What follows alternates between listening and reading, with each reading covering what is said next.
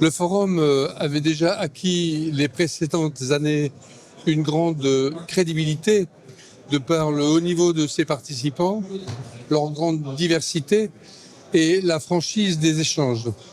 Aujourd'hui, c'est the place to be, c'est l'endroit où vraiment il est possible encore, que ce soit entre alliés confrontés parfois à des problèmes d'incompréhension et de désaccord, de se parler en dehors des voies hiérarchiques ou gouvernementales traditionnelles.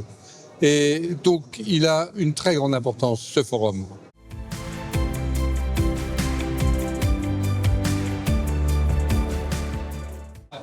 D'abord, évidemment, il y a la géographie. La géographie, souvent, commande au moins en partie l'histoire.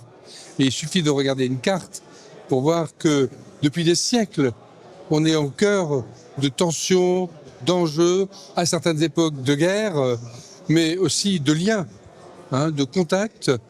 La deuxième raison, c'est naturellement l'actualité, puisque à cette mer Noire, les principaux antagonismes européens, directement ou par alliance interposée, sont présentes dans un espace petit, dans un espace d'échange, où naturellement il est nécessaire de trouver des terrains d'entente. C'est une sorte de laboratoire de la paix.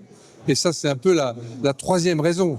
C'est que les grandes discussions actuelles, au fond, elles se concentrent sur cet ensemble, certes vaste à l'échelle de l'Europe, mais modeste à l'échelle du monde, où on voit bien que tout va un peu se jouer. Et cela depuis maintenant une douzaine d'années.